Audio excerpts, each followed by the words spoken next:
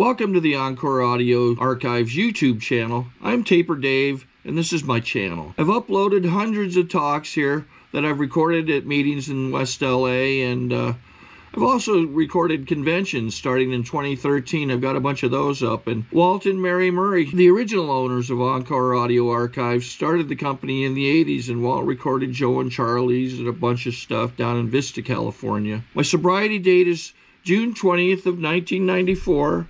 I hope you find something you like, so please like and subscribe to my channel and comment down below.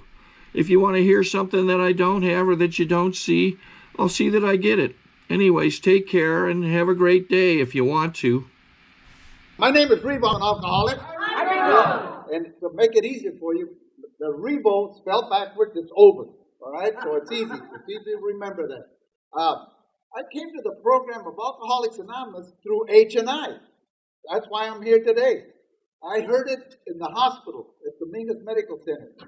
And this young man showed up. Because I'm not going to tell you about drinking and all that other stuff, because we've all done that. What is important is H&I, inner group, okay? The program of recovery. And I had this young man come into the Dominguez Medical Center, and that's at that time the hospital was in North Long Beach. And this young man showed up there, and I was a patient there, so I started in the hospital. I was 48 years old when I get to that hospital. And now I'm 76, or a good-looking 76, you know what I mean? So you see, the program hasn't hurt me too bad. But anyway, what happened is that I was sitting there, you know, and they told us there was going to be a panel coming in, you know. And they were from H&I. I think it was H&I. I had no clue. Because I was happy to be there, because I was eating 3 meals a day, you know, and I could walk in and out of the hospital, no problem. And they said this panel was going to show up. And this guy walks in, and I'm sitting there, you know, all cleaned up and everything. We had ice cream, we had all that good. This guy walked in, a young man walked in there, and all he had was this blue book, right? This blue book. And he had these earplugs around him. Around his neck, you know. And then he looked real grummy, you know, he had like grease all over him. And he was apologizing to us because the rest of the panel didn't show up. And he was apologizing because he didn't have enough time to go home and shower and shave and get cleaned up and look real sharp for us because his work, he was working at a steel mill, and he didn't have time. And he was apologizing to us, you know. And I couldn't understand that. But then all of a sudden, see, I was a salesman for a long, long time. I'm retired now. My wife, you ask her, she says I'm retarded. But anyway, the thing is, this guy was talking about recovery, you know. And I'm listening to that, and what I heard right away is, REVO, you're going to need this guy. I'm going to need him because, see, I got sent there, and I just got out of jail. And so I'm learning a new program, and I said, I need this guy. I need to find out the name of the company that he's working for. Because nobody does this on their own. See, I had no clue. And I said, I'll get the name of the company that he's working for, and I'll find out if they pay him for mileage, or they pay him for by a session, or by the hour, you know, and all that good stuff. See, I'm already thinking about it. I'm not listening to what he's saying. Not at all. That's what I was thinking of right there and then. I said, I can use that. Because imagine, it'll look good for the judge, you know. How much time do I have? Okay, not to worry. Turn off the lights when the time comes. No, but you know what? The thing is that I listen to this guy, and every once in a while, I look up. I say, yeah, I better remember that. I better remember. When he was all done, I didn't let him get away. I went up to him and I hit him right away. I said, hey, let me have the name of the company. Or if you got one of the business cards. He said, what? What are you talking about? Yeah, you know the people that you're working for. He says, I'm not working for anybody. I don't get paid for this. I don't get money. I don't get nothing. I'm doing this for myself. I couldn't understand it. What do you mean by yourself? You just got off work and you come down here. Look, we're popping toes, man. We're clean and everything. He said, look, I found freedom. That was the word that turned my crank. See, freedom for me was always release dates. You know, right down, juvenile hall all the way through. I mean, you know, I made it all the way to the University of Lompoc. Of course, that's a prison, but you know, I dress it up a little bit just so you don't get But anyway, that's what I heard. And I did my 35 days or something like that, and they were going to make me well, you know. And I went before this board for the doctors, and they says, Revo, you didn't make out your deal form here. All you did was put your name, address, where you work, and what you were going to do. One meeting a week on Sunday? Is that all? What about this books and all? No. I said, I know that I can make that Sunday meeting. Okay? And I'll be here every Sunday. No problem. And they kept asking me questions. And then my supervisor, or my counselor, you know, he said, wait a minute, Revo, would you go outside for a minute? They're already kicking me out. And then I went outside, and this is what he told me when they called me back in. He says, Revo, here we've had you for 30 some odd days, and we're trying to teach you to be honest with yourself, you know, to be truthful. That what you're going to do is try to stay clean and sober. And we're trying to get you to lie. That's what we're trying to do. We're trying to get you just to fill up all the lines. But you say you're going to be here every Sunday for the meeting? Hey, whether you're here or not, it's immaterial, you know. Why should we change that? This is what we're trying to teach you. Well, I want you to know that I did do 7 years of that hospital. And then another thing, within 55 days, I went back there, and they were all, my one counselor, Carol, she had a sad-looking face, and she said, and I walked up to Carol, what's going on? What's wrong with you? Oh, he said, you know, Sam was going to start driving the bus to take us out every Friday for meetings. I said, well, what do you need? He said, you got to have a class 1 license. I have one. And you got to be able to pass the physical. I just did. And you got to be sober. I said, what? I've been sober, 50 days, 45 days? I ought to be able to do that. You know? And she said, well, I said, how many times? She said, just one Friday. That's all. One Friday turned out to be 7 years. And that's when they shut down the hospital. They tore it all down. And in those 7 years, I went to NACA, UA, everybody, you know, because we had different people in the program that were riding that bus. And they would ask me, Revo, he says, where are we going today? We're going to Crenshaw. What program is that? I said, CA. Because they gave me that opportunity to take people. Because, you know, we have all kinds of addictions, you know, and it's okay. You know, whenever I say I'm an alcoholic, and if somebody's out there that says, I'm so-and-so, it's okay. Not a problem. Not a problem. And that's what I did for 7 years. Never lost a patient. Not one. Yeah. In fact, you know, we go to dances, barbecues, and the only thing they smelled like when they got back was fat burgers. So we used to stop, get that chili all over yourself. And they used to open up the door for the hospital to let us in. He said, Revo, what's wrong with these people? I said, they're not hungry now. And everybody smelled like onions and chili. You know, no problem. No testing, no nothing. Nobody had a problem. So that's where it started for me. That guy planted that seed. And you know, I've been in H&I for the past 28 years. 28 years. Because I found the freedom that I've always wanted. Can I put a price on it? Heck no. But it's people like yourselves, you know, that told me that there's a better way to live. And if it hadn't been for that young man going to that hospital and me being dumb enough to ask him who his boss was, I wouldn't have known about H&I, you know. I started right away. And there was this one guy, I thought he was the president of H&I. I went to my first business meeting at Inner City, you know. And this old man was sitting in front of me and had a cane. And it just so happened that was my first meeting. Somebody had told me to go there, you know. And they said, okay, this hospital needs a panel leader and this and that, you know. And they mentioned Dominguez Medical Center. I said, hey. I raised my hand. Nobody else wanted it. I raised my hand. The guy tells me, Harry, he's dead now, but he was good people then.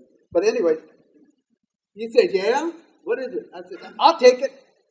He said, how many business meetings have you attended? I said, none yet. I just made this one. Well, this is a business meeting. I said, well, then I've been one. Well, he said, no, you have to have two. You have to have orientation, you know. And he says, anybody else? Nobody said a word. And you know what? That's Bill Honeycutt. Well known, you know. I thought he was the president.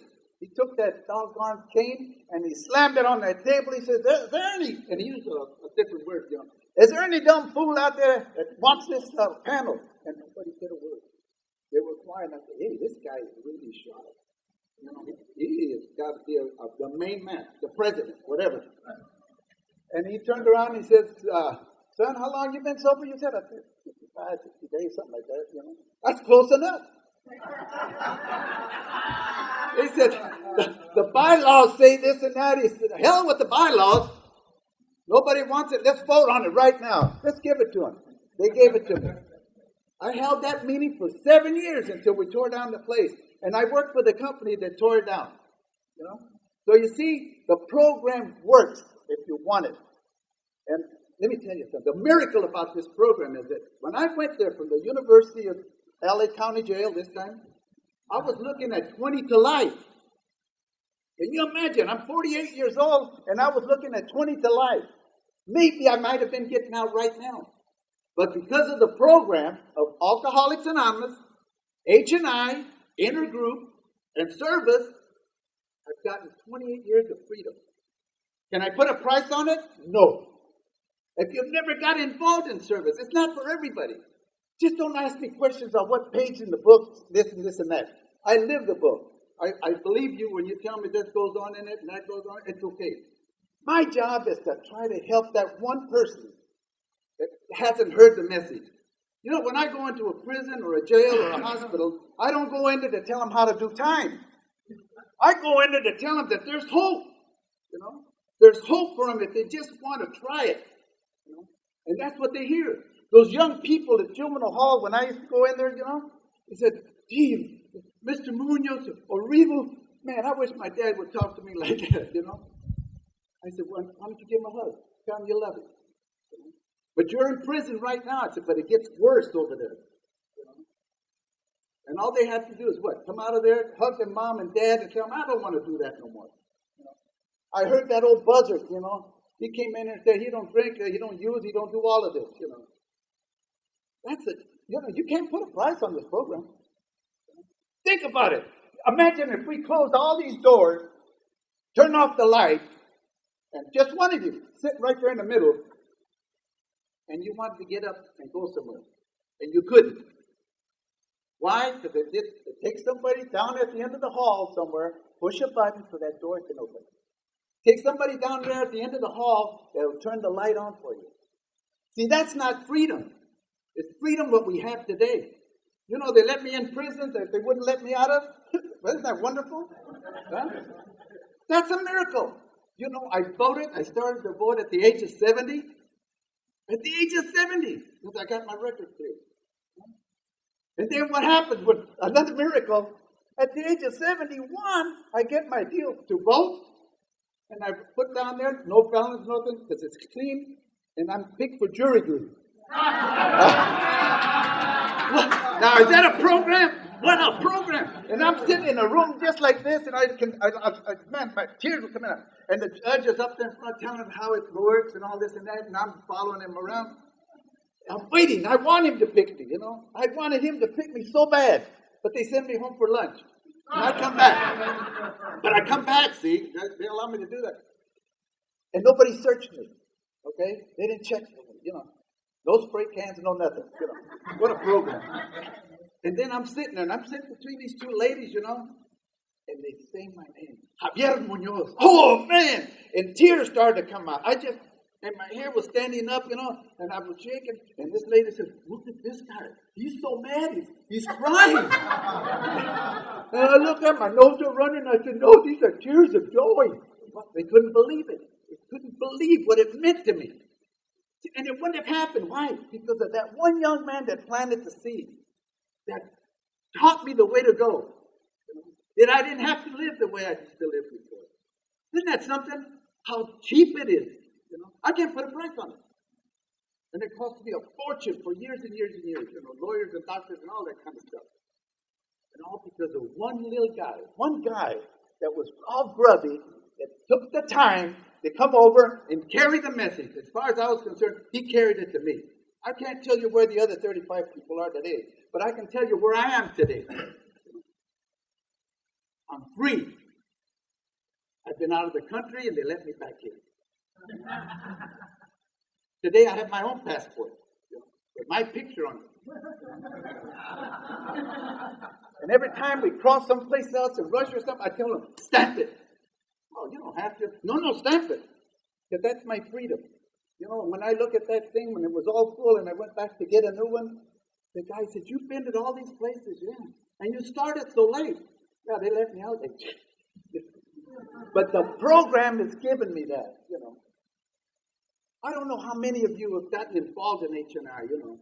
I don't know how many of you have visited a recovery program, you know, a detox. And they've asked me, so why would you go to a detox? Because there's probably somebody there that's ready to hear the message, okay?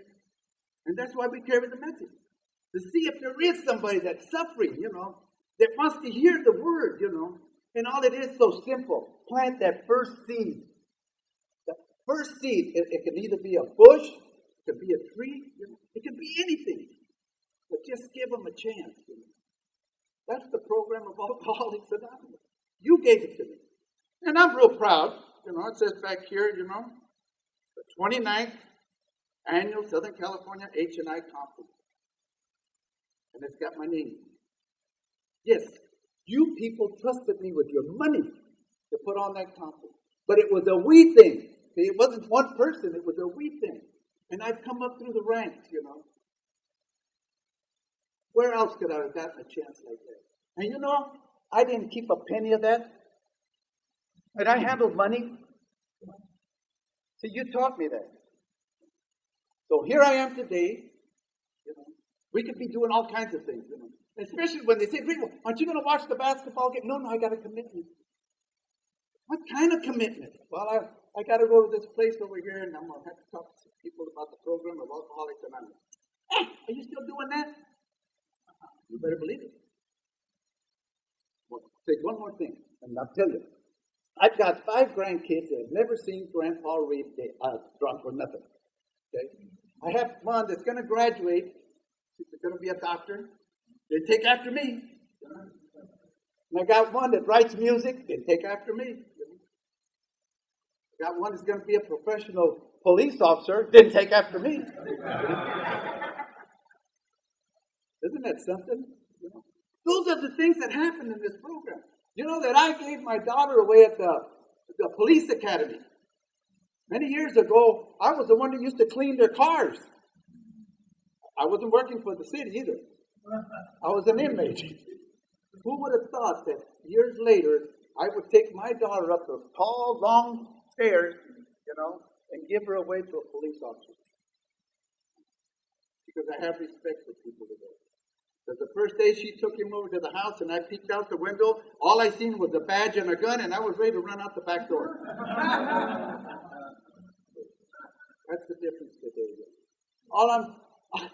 I just hope that some of you or one of you or whatever take something that I've said, and maybe you too can go somewhere and plant that seed, you know, and learn that there's a lot of laughter in these rooms, you know. There's a lot of love and a lot of respect. And that's what I have for you today.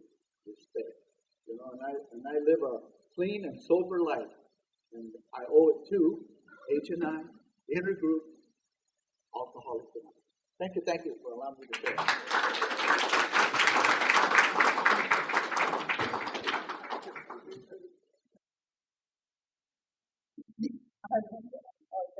I don't want to take up any time because we have 2 other seed planters that I want you to hear from.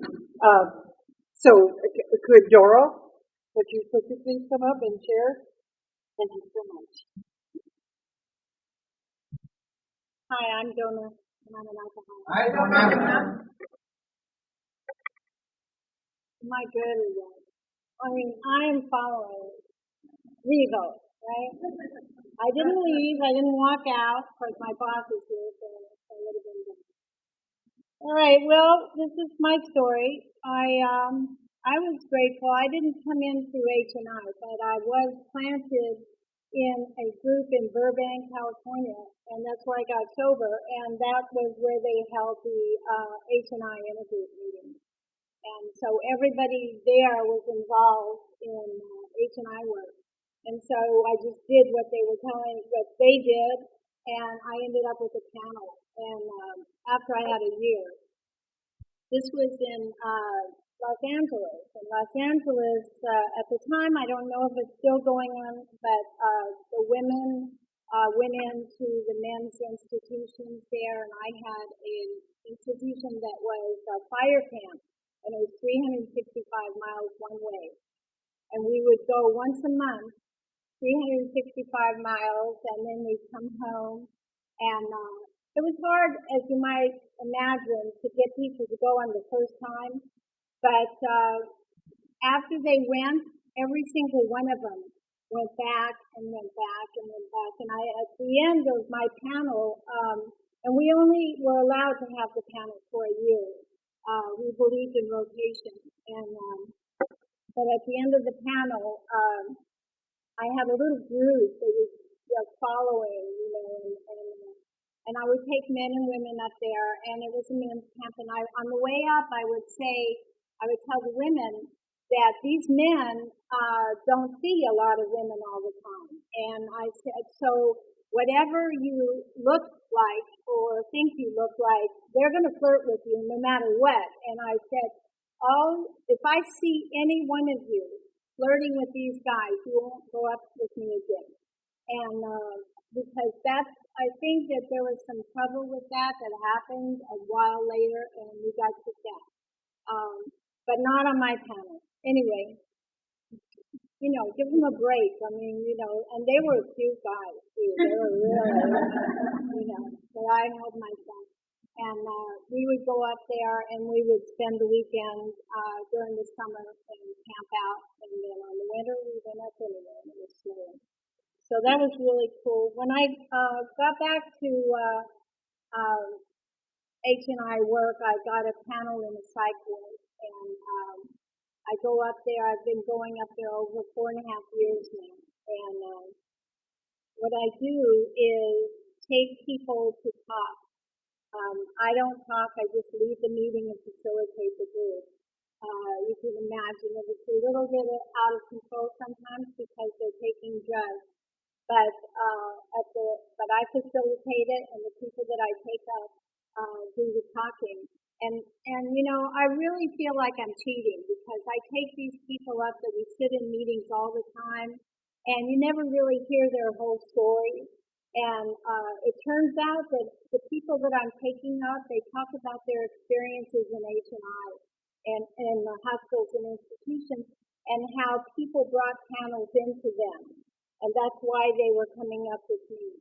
Every single person I've ever taken into, well, not every single person maybe, but I would say 98% of the people that I take in there have come out of institutions and have had panels taken into them.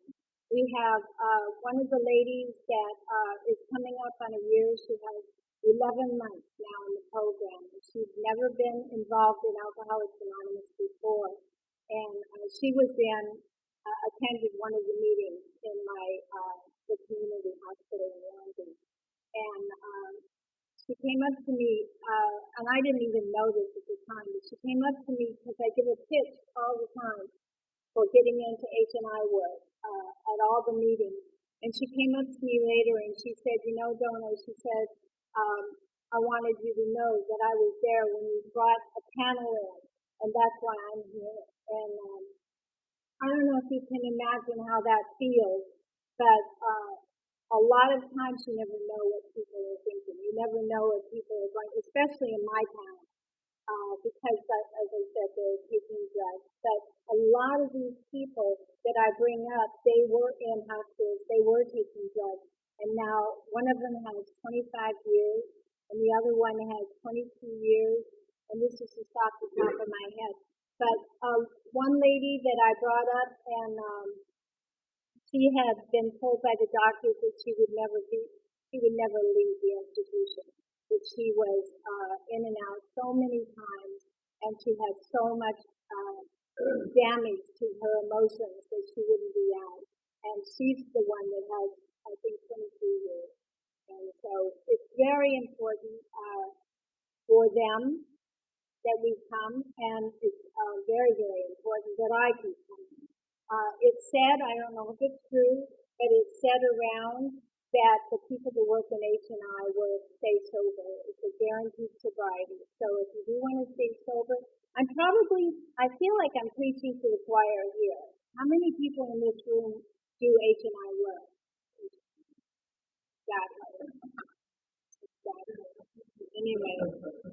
Anyway, I appreciate John asking me to come up here, and I hope that I shared a little bit about my story, and thanks for it.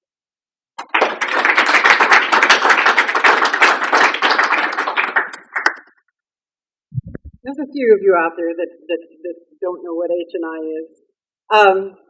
When I came on this program, I heard about H&I, and I thought it was panels of people with a lot of sobriety that were invited to go, and I was never invited.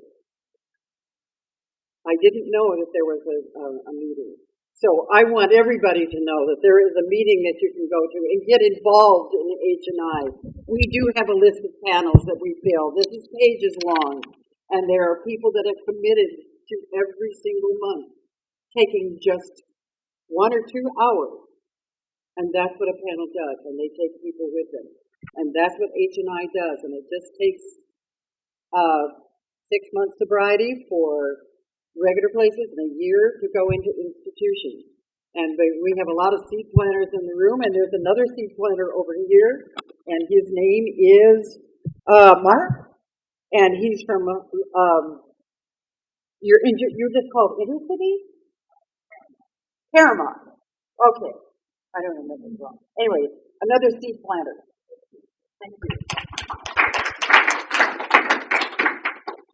Hi, I'm Happy Mark. I'm an alcoholic. Hey, Happy Mark. John, thanks for inviting me. And it's very challenging to follow the hardest working man in the hospitals and institutions, REVO. And thank God John stepped up and took the hit. I'm going to do my best not to stutter because typically if I don't drop a few F-bombs, I stutter. But I'm being recorded, so I'm going to play nice today.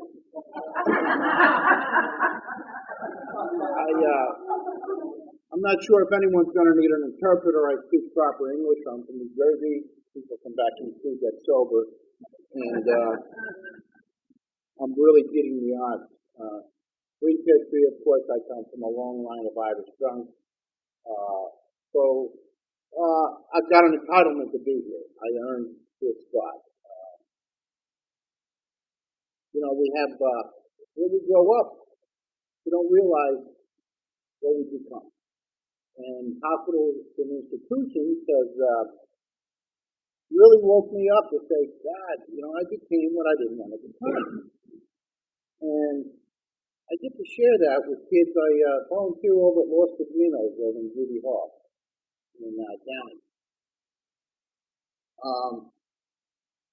I have no idea how I got involved with that stuff. See, I came into AA just to, I was at the end of my rope. I need to stop. And REVO's been a big part of my sobriety, although I try not to sit too close to him in the same room. But sit away from him because he's contagious. And over 13 years, 6 years later, all of a sudden I find myself involved in hospitals and institutions. And there has to be a God. There has to be, I have no doubt. Because it wasn't my doing. If you told me 13 years ago I'm kicking it in here, speaking in front of you folks, that ain't happening. Now, I too am a salesman. So I will be whatever you want me to be, as long as I get the deal. Guess what? I get to use those same slide moves that I do to cut deals with the kids in Los Padrinos. I sell them sobriety. I throw a pitch. And I don't have what they would originally see as something in common. When I walk in there, they see a white guy that looks like a cop. Here we up and go. We're going to get a lecture. And, I learned one thing. Number one, don't preach to them. And I catch myself doing that. If anyone's a parent here, you realize that your kids don't listen to you, but they will listen to the other guy outside. Pardon me, I went to all Catholic schools. I am so, in a nutshell, although I've never been incarcerated for over 5 days, I was incarcerated. I went to all Catholic schools. I survived. I went to a Jesuit college for Christ's sake. So, thank God I was able to come up with a God of my understanding. You know, it doesn't have to be the boogeyman. And I get to share that with the kids that are in there. Because I come in with hospitals and institutions into Los Casinos through the back door. Because I'm a salesman. I do whatever it takes to get in there. See, our panels, we got rejected going in there as hospitals and institutions. For some reason, they like to play security games with us occasionally. And we got bounced out. Well, I got in there through the Catholic Church. And I'm a summertime Catholic. Some of the time I go, some of the time I don't. And most of the time I don't. And it was just one of those summer times that I was, the heat must have been on. Something was going wrong. I mean, it got that bad that I went to church. And of course, the guy up there didn't have much to say. So I'm reading the bulletin. A little box was going, Sister Teresa, looking for volunteers to go to the Los Casinos to speak to the kids. That sounds like a good idea. So I took it, I threw it in my pickup truck because I'm a salesman for a construction crowd. And I went about my business because I had a very good intention right at the moment. I'm going to do that. And then, of course, I never took action. Another one of those half measures. I had a week from hell. I can't find the guy's phone number I'm supposed to call off for the deal. And I'm reaching, I'm driving, and every time I reach for something, I kept pulling up the bulletin. That's that guy working. He plays with me. So finally I said, okay, I'm going to stop this because I'm not winning. I'm going a few rounds with the big guy up there. He keeps winning. I'm not going to be able to answer the bell much more. So I finally called. I conceded. Okay, you win, I'm going to call. I get the answering machine. I'm happy as a pig in it. I'm not going to Close. God, I'm dying here. I can't wait to go out and drop a few F-bombs. So, sure enough, I leave a message. Sister Teresa, 42 years a chaplain at Los Casinos, calls me back. As Irish as they come. Now, you talked about having issues. Parochial schools and a nun. I mean, we are diabolically opposed. I mean, that's an authority figure. And I'm trying to, so now I'm selling myself to get out of doing what I volunteered for. Sister, I'm not all that Catholic.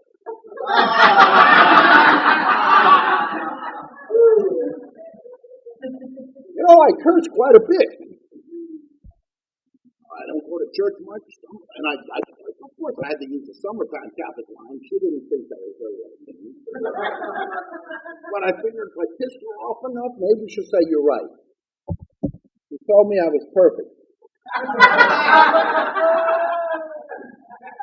I'll be dipped. And I'll see you Wednesday. I thought I was getting detention again. I said, I came full circle. Been the best thing I ever did in my life. Now, I don't know about you guys, but I'm sure that you've probably cut deals with God before. And I'm a world-class deal maker. Because I'm a salesman. And I like to play let's make a deal with God. God, have I got the deal for you? Get me out of this, and we can work something out here. Well, those are typically the same prayers that most people say when they're in jail. And through the hospitals and institutions, what I've learned is that I'm able to go in there in Catholic services and she leaves me alone. And I don't have to pitch the Bible. I don't have to pitch her God or anyone else's God. I let them find out who their God is. I get to bring the message of recovery. And I'm not a big percentage guy, but pretty evident that drugs and alcohol have got 80%, if not better, of our youth in these institutions. God has a real weird sense of humor, and of course, He manifests Himself in me being up here. You know, classic example. Me talking about sobriety. Yeah. Okay. I'm doing this gig at Catholic Services. I'm really enjoying it. But I literally have a captive audience. And it's, they can't get away. I got them for an hour. And, of course, they love me because I may not have a lot of substance, but what I got is a shit. I got cookies. Because I jam them in my jacket. I know how to get by the security. And then I grease the guards and stuff, right? So I'm breaking the rules right out the gate. Because that's what I do for a living. I'm a salesman. I'm brought up Catholic. Though you're prior to most of you guys, but it's different for me. So I'm doing this for about 3 months, and then life has a tendency to drop some F-bombs on me. My kid gets caught up in some stuff, and lo and behold, who becomes a member of Los Padrinos Society, but my son. I'm a volunteer. I'm a father. So Wednesdays, I'm going in and speaking to kids, and then on Sundays, visiting day, I'm going in and visiting them in the morning, and then I'm checking out. Actually, I'm volunteering in the morning, checking out, picking up my wife, and coming back as a parent in the afternoon, going past the same guard, but taking my badge off. And they're scratching all different parts of their anatomy, trying to figure out, where have I seen this guy before? Well, you saw me because I was a volunteer this morning. Probably the toughest time in my life. And you know what? I never went into his ward to speak to him. But the way I look at it, he didn't listen to me on the outside. So what's the difference going to be? And he already heard my pitch. I try to identify with the kids, and that's what really helps. And you guys taught me to do that. I wasn't like you when I was an alcoholic and I came in here.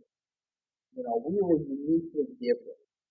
And of course, I come in, I got a Jersey accent, I'm a white guy, I got gray hair. What's this old goat going to be able to tell me? And then I tell them about my exploit. And how that other outside issue that I used to put in the pipe got me to where I used to be. All of a sudden, I'm like, I get the pipe. And all of a sudden, I told them about PCP curtains and tweaking and all the terminology that is pretty common. And how the stories we try to run by a cop. Why I'm out at 3:30 in the morning, where I'm going. And they all relate. And the number one story that they always tell the cop when they're on the way home, I'm coming back from my girlfriend's house. And yet they don't even know her name. Or where she lives, for that matter. And you know what?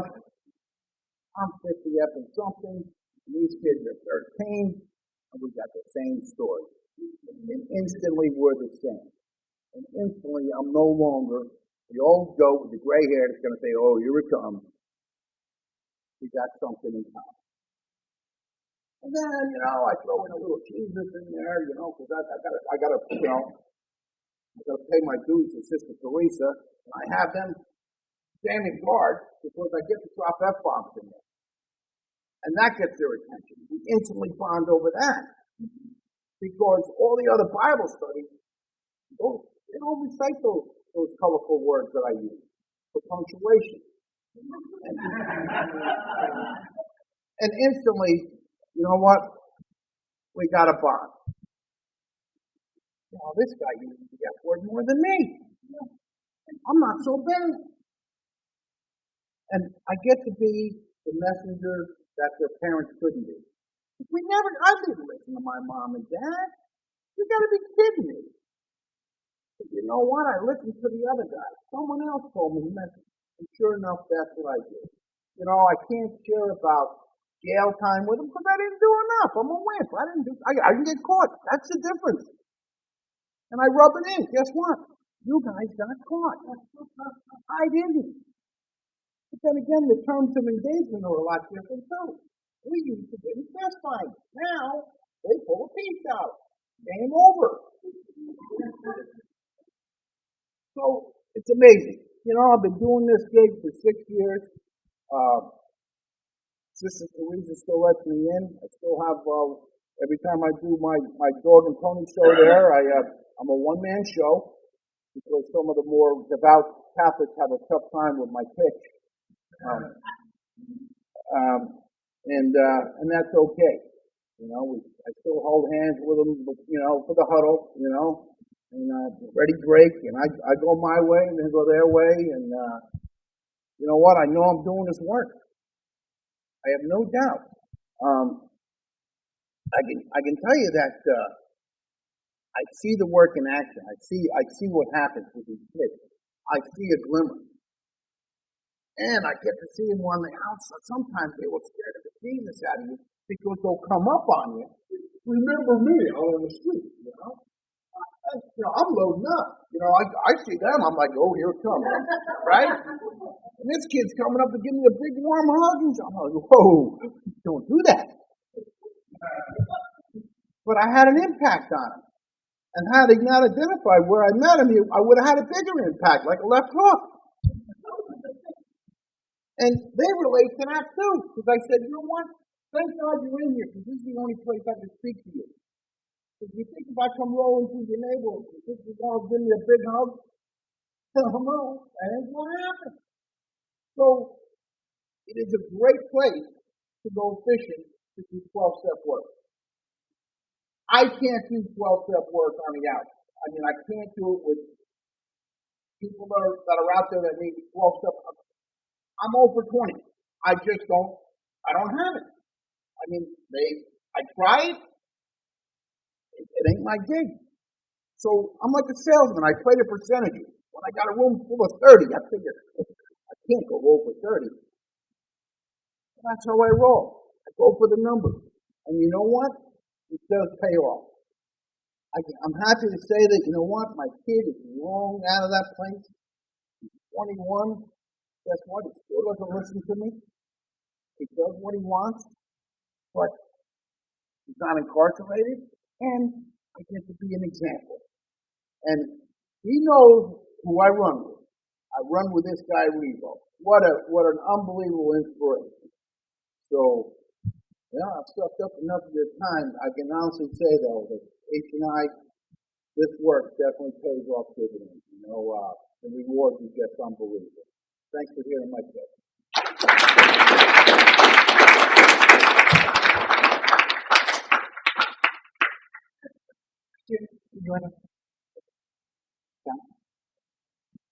Do we have an hour or an hour and a half? 5:30. 5:30? Oh, good. We've got some. Oh, good. There's a few people. Thanks, John McCormick. I'm an alcoholic. And I asked Barbara to let me come up now because I have a commitment at 5 o'clock to my wife. And so I have to get going. But I want to thank REVO and Mark and Donna for coming out. The way it came about is last month I went to the conference, and I knew we needed some people to come and speak. So I thought I'd go there and do a little trolling for some people to speak. And I knew REVO from when I used to do the intergroup, and I knew he was very active, and I knew he was a good person to ask. And so I sat down at the table at the banquet, and I sat between Mark and Donna. And Donna I had seen out at the registration table, and H&I is like, or AA is like on, you know, out in regular life. If you want somebody to do, if you want somebody to do something, give it to somebody who's doing something. You know, because those are the people who will do something. And I saw her being active and helping out by being a service, so I asked her, and Mark I asked because I thought he was a cop, you know.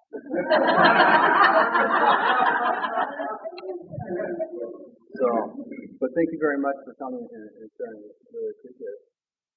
I'll try and be brief. It doesn't usually work. I was invited to H&I. I was sitting in a meeting, and I was coming up on 6 months.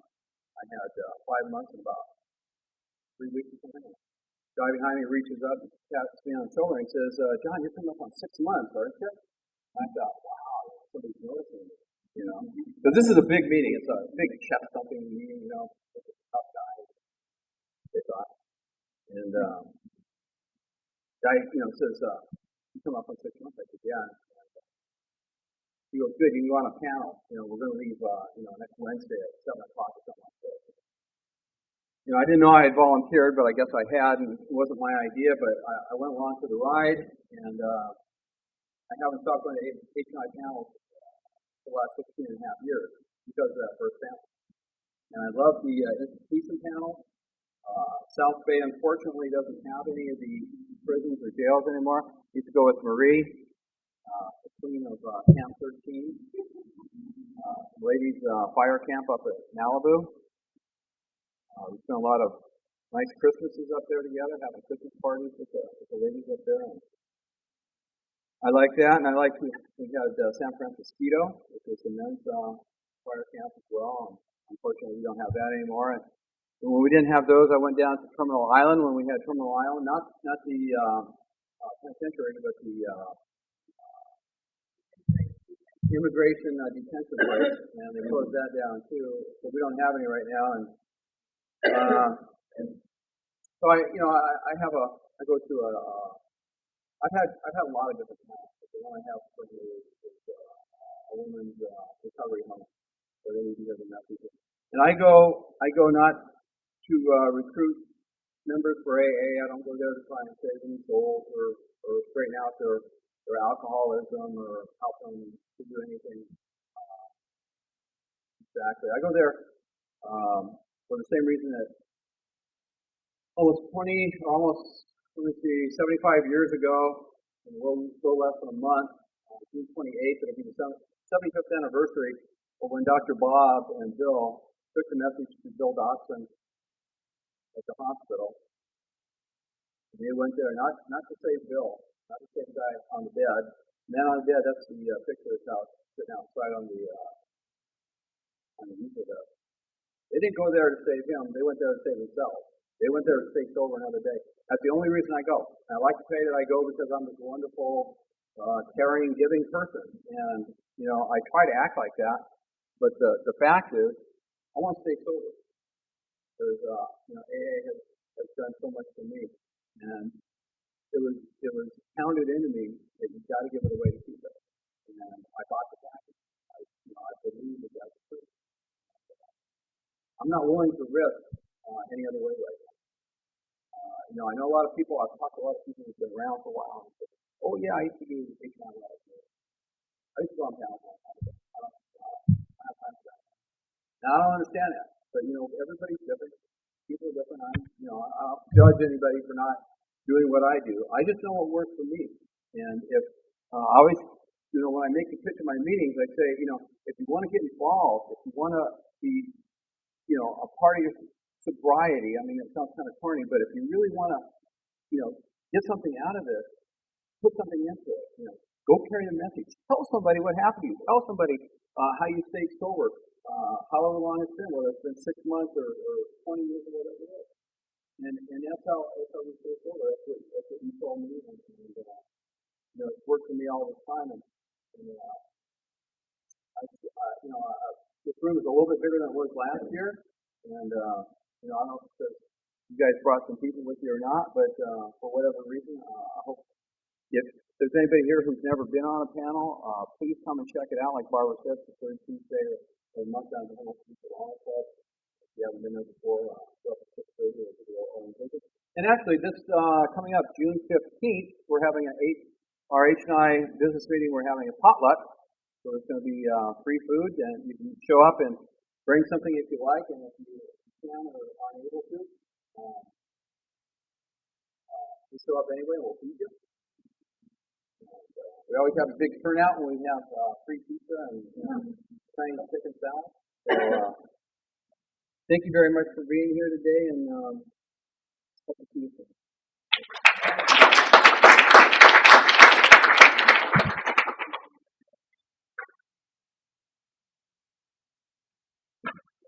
Now I'm going to pick on somebody that got me into H&I, that got me involved, and I used to go out to fire camp, and she told me one of the things that was a bonus of going on panels and riding along with the panel leader was the AA meeting that you had on the way out and the way back.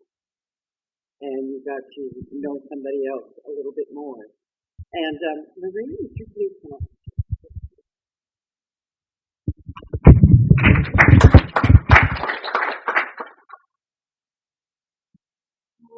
I'm Marie, I'm alcoholic. I'm married, and I was queen of Fire Camp 13. It was my home turf. I went out to Fire Camp 13, which is women's prison for 12 years, not because anybody there asked me to, because I needed to be there. Those women were doing my time. There was nothing anybody in that camp had been there serving time for that I didn't belong there for, and I felt very indebted to them. But that's not how my H&I started. My H&I started when I had 30 days sober. Someone dragged me along to a panel, and I don't think I even when I shared made any sense. But I went there, and I got to see. I hadn't gone through an institution or a hospital when they took me to Red Gate, and I got to. We were in the detox group, and I got to see what it looked like to detox in a hospital, and there were people drooling and being on themselves and throwing up, and it was a glorious sight. And I got to be reminded that this was my gift. I hadn't been to a hospital yet, but if I had the opportunity to go back out, this is what it could look like for me. And that was enough to get me involved. And I don't know, I got started early, but and I know in AA now it's 6 months, but at that time they just dragged me along. Maybe I looked like I knew what I was doing. I don't know. I went to a panel once when I did have 6 months and spoke for the whole half hour all about me. And the other two people that went on the panel, it took an hour and a half to get there with that active. And they didn't have time to share. And sorry. So, I don't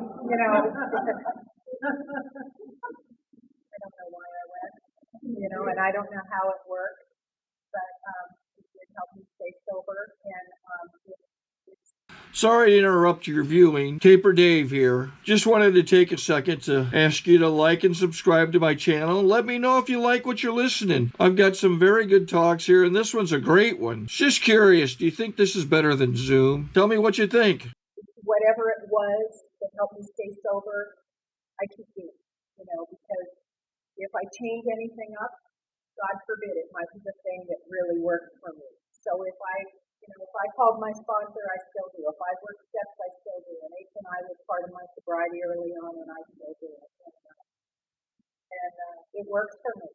And that's how it works. I don't understand other people's sobriety and how it works for them. That just works for me.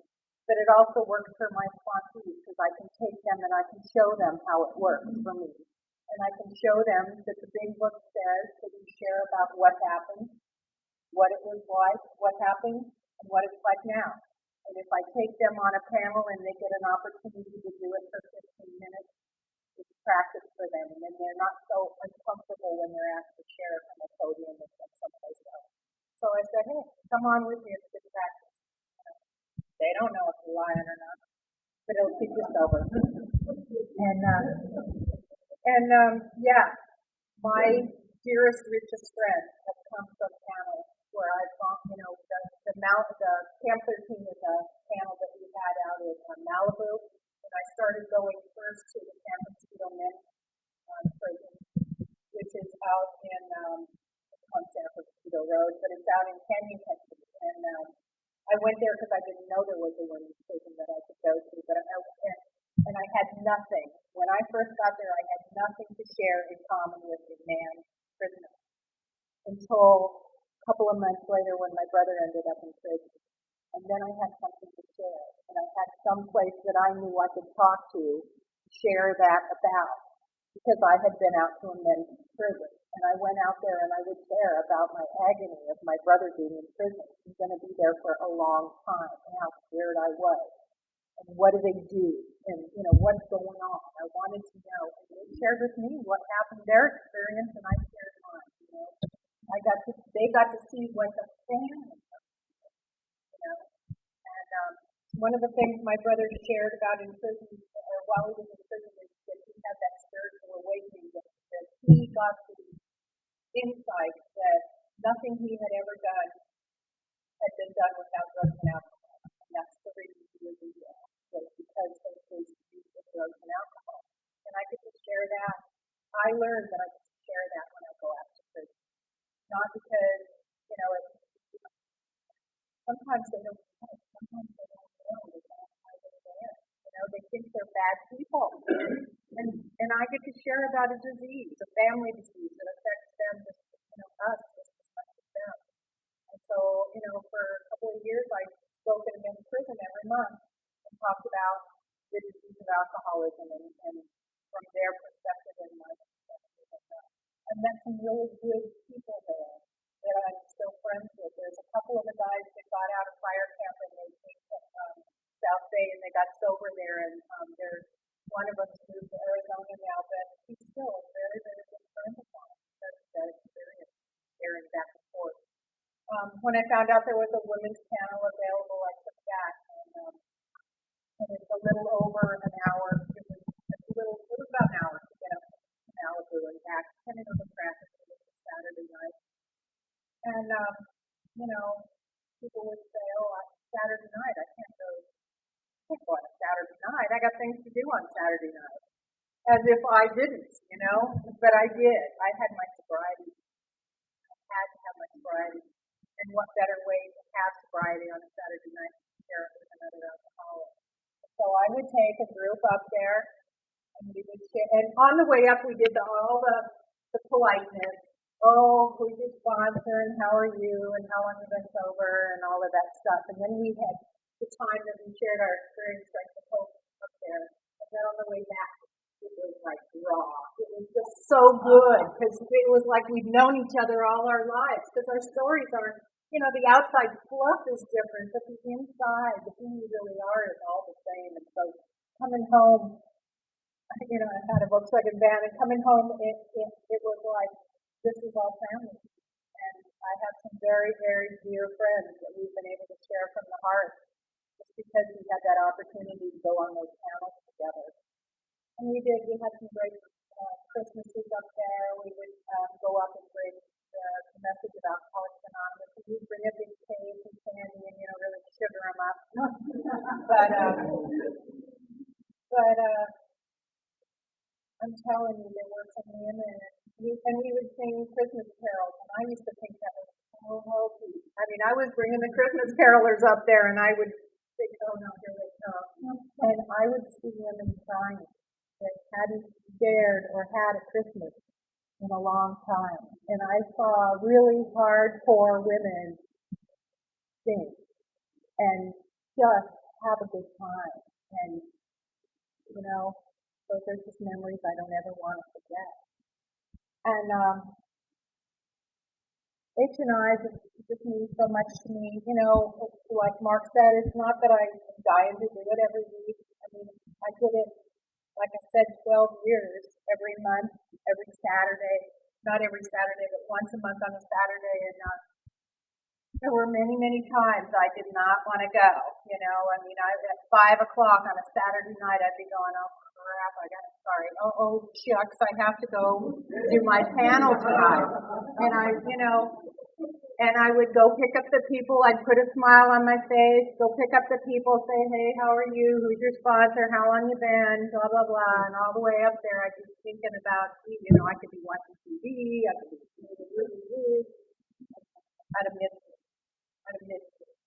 Because when I left there, my heart was full.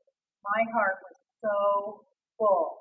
First of all, I got to leave, which is incredible. As you leave a prison, not handcuffed, going to another prison, or, just being able, the freedom to walk out. Just the freedom to walk out. But then to share with a group on the way home. I never, ever on the end of a Saturday night, regret it, ever once going. And I have to tell you, Bill, my favorite time up there. My favorite time was locally here. They have once a year they have a Yuckaholics. They have comedian night here, and it's a fundraiser where they get some comedians to come and do a night of comedy and stuff. And my night to go on the prison panel was the same night they were having Yuckaholics. So of course I felt deprived that I was not going to get to go and laugh with all my friends at Yuckaholics. I had to do my and so I went up on the panel with two people that I didn't know.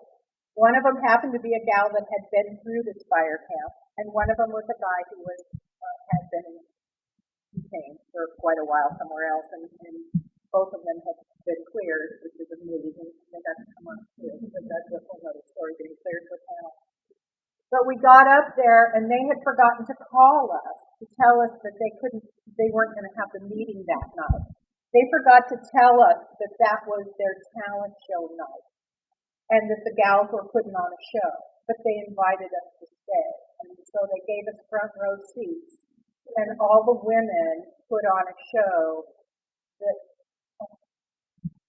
they were incredible. They were incredible. They were all singing and dancing and doing these skits with homemade costumes that they made out of, they had nothing out there, leaves and whatever else they made up. But it was hilarious. It was great. It was the best.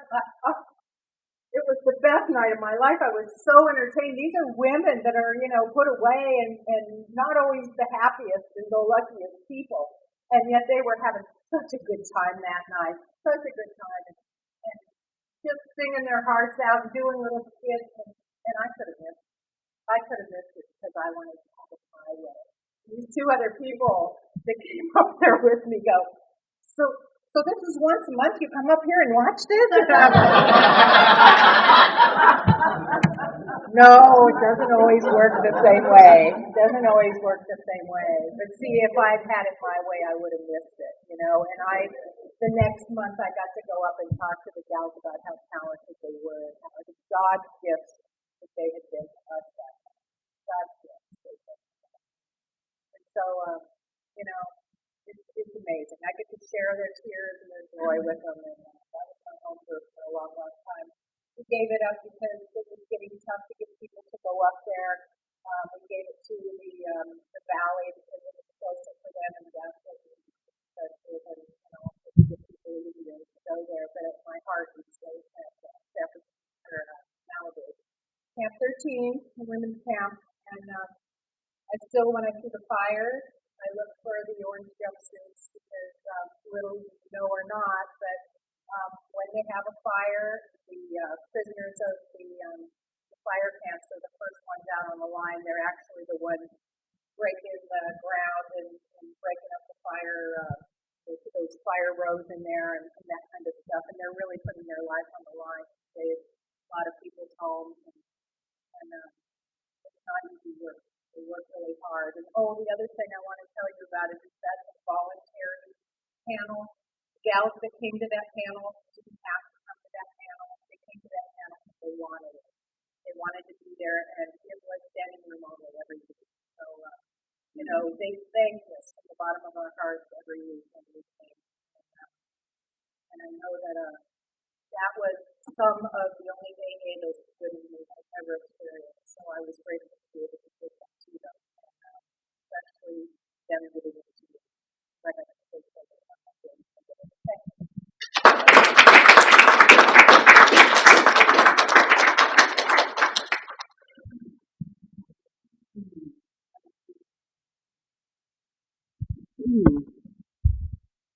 That was I remember the Christmas that we went out there and they put on a show for us. And remember that? I was just blown away. I didn't go to that other show, but that Christmas out there was something. And it was an experience. Except, I think one of the times I went out with Marie, we were in the middle of an AA meeting and many of them sharing. And all of a sudden somebody said, toilet paper call, and they all had to leave and go get the toilet paper. And we stopped the meeting, They went and got their toilet paper and came back. You ever had a meeting interrupted for a toilet paper call? I go to a lockdown ward, and she was talking about the yets to come. I took somebody up in the panel with me, and she said, I never want to go there again. One of the ladies came in and said, did you know I was raped by Santa Claus? And I said, no, did you talk to your counselor about it?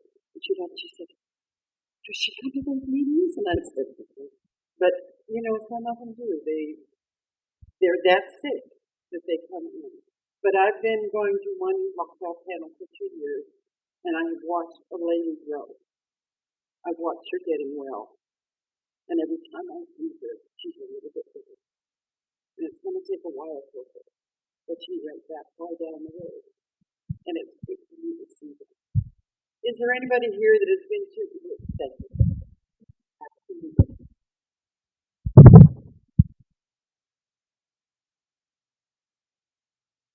Yeah, my name is Everett. I'm an alcoholic. Hi, Everett. And I got sober in one of those bed and breakfasts through the state prison. A little over 11 years ago, and it worked. Somebody carried the message to that person. Now, I've been incarcerated. It was 18 years when I was city jail, county jail, to the state prison. And I was finishing up a 6-year sentence for a petty theft. And one more time, I stood in front of that judge and it was I had an option. 26 years in life, to take a 6-year deal, and so I took a deal for 6 years. About 2.5 years in, found myself sleeping in the outhouse in the big house, and walked into an AA meeting, and this year I got to go back, and so I go to second Thursday of every month to Chile State Prison. It's hard to get clear. It's hard to get clear for anybody. I sponsor a guy that's been locked up 31 years, and he was in maximum security prison. And he's never seen stars for 31 years. And he's got 9 years. He started coming in 1990 and relapsed after 11 years. And May 8th, he was 20 years. And because of John McCormick, John, I was a test on him in the military with the guys that were in the hospital. I wrote all these guys, and it worked, and I go there, and, I'm not there to save the world, but I'm trying to show them that their life is saved. It really does work. When I first started going there, they only had one big book, and now we've got the coffee restoration. I've really done a good job, and I've been going to Skid Row Drift meeting 7 years. And I've done a lot of panels and different fire camps and juvenile places. And the one in Azusa, there's a clean place up there. They wouldn't know what prison zone I was in. Who I run with and all that stuff. I said, I'm not going to talk about all that bullshit. And there was a lot of things, and I like to leave them with laugh. Because they laugh at me, they laugh at themselves, and it's not that serious. But, I just basically come here and get up there and talk about that. This guy hasn't seen the stars of life for 31 years. And he's only 56 years old. And he got out of the military and got in the mix. It happened right at the moment when he was taking somebody else's enemies. Took somebody else's hand. He asked me to do this. So I was out at the Los Chihuahua one day, and Cameron Hank came in from San Bernardino, and he does prison, and I just happened to be there, and so I went up and I got a form, and it took me a while to get in there. And I got a resentment against the guy I went in last time because he started playing games with the prison guys. And they can make or break us. You don't mess with people because they're going to have jobs to do. Sometimes they're locked out. And I know what it's like to be locked down and live in those cases. You don't have to do that stuff. 15 years ago, I was in LCNC. I got involved in the jailhouse rising. I wasn't even involved between the blacks and the Hispanics. And I caught I got good chance. they were sewing me up one more time, going in the county facility, and they got two plastic surgeries to put my face back together. So I don't have to fight for insurance.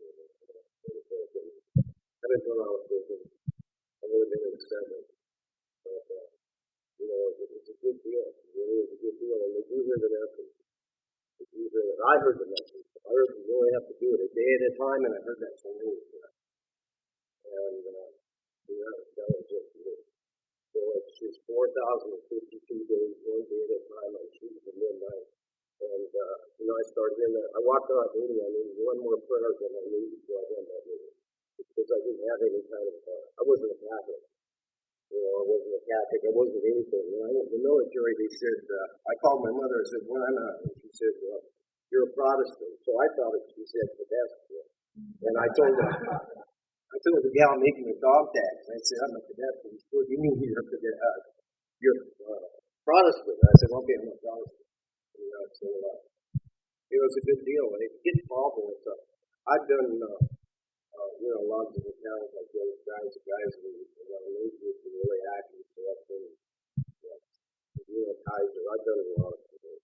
I do probably 2 a month. I did Skid Row for 7 years. Guy dropped dead when I was at the podium one time down there, so he carried the message to me. And I did my prison highlight. So it works. That's all I can say.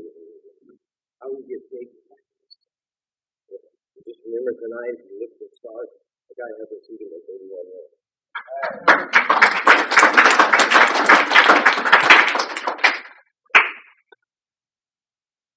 I went to jail. It took me 5 years to get to AA. Nobody came in to tell me about AA.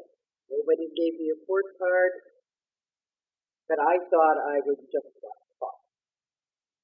And fortunately, I didn't die before I got to AA because I never stopped into it.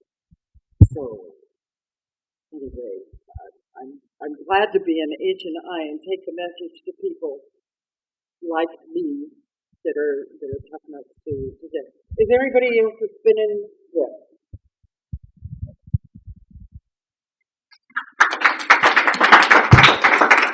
I'm Stephanie. I'm an alcoholic. I don't have my own panel yet, but a good yet to have happened. But I just wanted to share an experience that I had. I don't know, the one that touched me the most.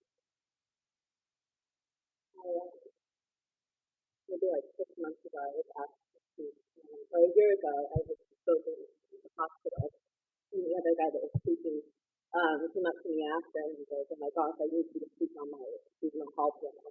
Would you be interested?" And I was like, "Oh yeah, that's great." I heard, my sponsor and lots of friends talk about, what great experiences those are. And so I said yes, and I filled out the form, and I'm like, "Oh my gosh," and surprised I passed, and so I went on there about 6 months ago maybe, and I was really excited about it, like getting that to it, and then the day comes and I'm thinking, "Oh my gosh, I don't know if I should go, what message do I have to share?" Like, the toughest thing about me is that I wear these boots, I've never been to prison before, I've never been to jail, the only one I've ever been to is Alcatraz, and that's, not even a prison anymore, and, so I'm thinking of all these reasons, why I shouldn't go, but I speeded up and I showed up, and I get there, and we go back, and, I had this idea that, the girls were going to be really tough, and that I wouldn't be anything like them, and that my message, they wouldn't be able to relate to, and I prayed before, and I sat down, and right away, before I even started speaking, the girls said, "Oh my gosh, I love your shoes, I have one like that at home, and oh my gosh, I really want to dye my hair like that when I get out," and, they started making all these connections, and I really, as I told my story, and afterwards, it was such an amazing experience, to have a question and answer period where people actually ask questions. I was overwhelmed with questions, and I talked about how getting sober. I've been I've graduated college, and one of the girls talked about how she wants to go to fashion school, and she gets out, and it was just amazing to see all the similarities, and it really reminded me that had I not gotten sober when I did, that was my other option. To go to see myself. It's just a good thing to realize that it's been such an amazing experience to get back to these girls. People said it just feels so very hard. When I left there, I remember telling my how happy I was and what an amazing experience it was. And of course, every time the panels come up now, I always get nervous and I go to say the same thing of like, oh, what about this? What about this? What about that? And then I go and it always ends up being such an amazing experience. And I just hope that if anyone here hasn't spoken on a panel, I really encourage you to do it because it really it kept me sober the next day. And it's something that I hear about it there. It reminds me of that. And it's just, it made me really grateful. So I want to share that with you guys.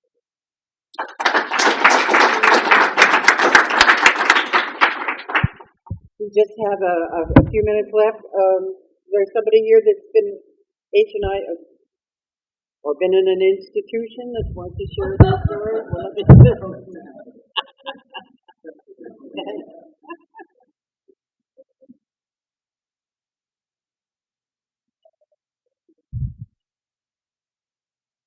My name is Gary. I am an alcoholic. Oh.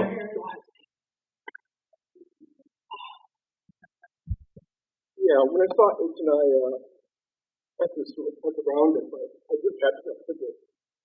I did my first H&I panel, it was 500 days sober. And I didn't know I could sign up, and people have asked me, a few when I was in my first couple of years, and I'd do this, and I just didn't know. It's not really whatever. I just didn't know, And now I've got I need 5 panels. I've got my state jail clearance, and I get declined with that LAH and I for my county jail here in California. I can't get into a place that I was in, but that's fine because I've got my other panels, but my experience is I was on this one panel with my friend,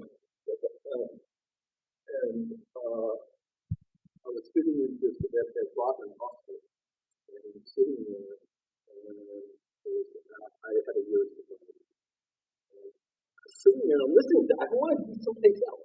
I'm listening to this guy, and he's rambling on, and I'm sitting there, and I'm thinking, and then you're up, and I said, 54 years ago, I was born at this very hospital, and now I get to see your rebirth and recovery. And these people are, they're medicated, and they say, wow, you're 54 years old. Oh, wow, you were born at the hospital. Wow, you're in recovery, and I get to hear this stuff. But the greatest thing, since then I've part other panels, and they're real special because I have the Phoenix House, the men's facility in Venice, and I've done Kaiser, and I guess that was a part of my recovery process. I did outpatient out of that, but last year, Mother's Day, I was asked to fill in for someone on the panel. My mother was dying, and I didn't know she was going to live on Mother's Day. In fact, the past 2 weeks after that, Memorial Day weekend last year was our first anniversary of her passing last year, last Sunday. And so what happened was I went there, and I said, hey, these guys, I said, I was born at this hospital. It's Mother's Day, and I just left my mother's deathbed. And I had to come here to carry this message because this was the place that bond between a mother and son was born. And I had to get back and tell you guys, you don't have to pick up your views and put yourself to put someone else in a thing and it's all. And when I come back, my mom, I got to hear like, guys, this is what all happened. I have the opportunity to you guys. And of course, it's when that week, I did these panels, and like the Phoenix House and Drifters panel I've been doing for the past couple of years, and these guys know me. for months, and they say, how's your mother doing? How's your mother doing? So when my mom passed, I had my green self panel and dripper panel the next day, and I got to share that. Thank you guys for holding me up. Thank you guys for holding me up. Each night. And now I was past that commitment for having that panel. And this Mother's Day, I got to go back again. And say thank you guys. And thank all you guys. H&R for being so good.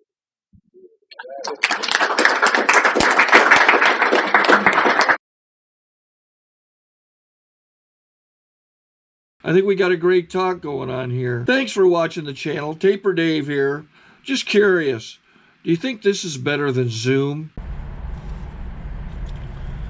Okay, this is how I prepare my drone for launching.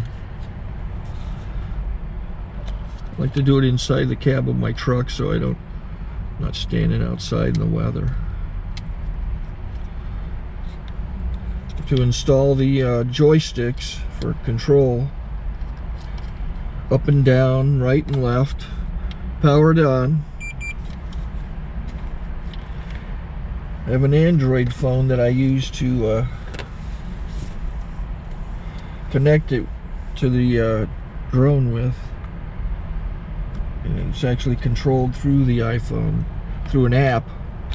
Oops, wrong way. It's actually controlled through the iPhone, or through this Android phone, through the app. It's actually controlled through the Android phone, through an app, and you connect it through this short connection right here.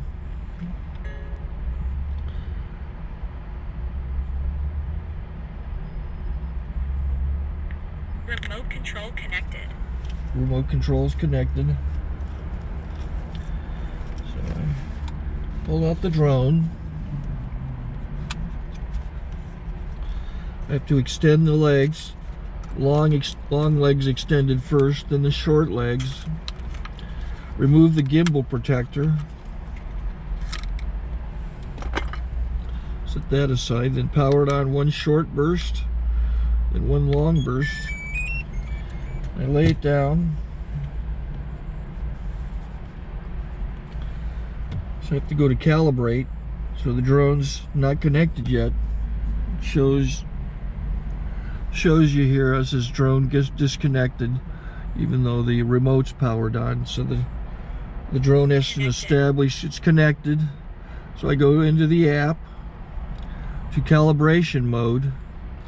First I'll calibrate the remote controller. Start calibration. Out, in, out, in, up, down, and then this little wheel is to control the gimbal. So it's calibrated. Go to gimbal calibration, start calibration, and then it calibrates the gimbal. I don't know if that shows up. The gimbal's moving all over the place. Changes, you can see it on the video. And I'm calibrated to take off. It's acquired 7 satellites at the moment.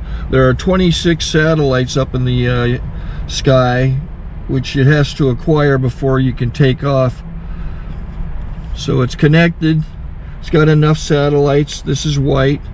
I can go to press this little arrow button, swipe right to take off, and it would start the motors if I slid this to the right. But I'll wait till I get outside. Don't want to do it inside.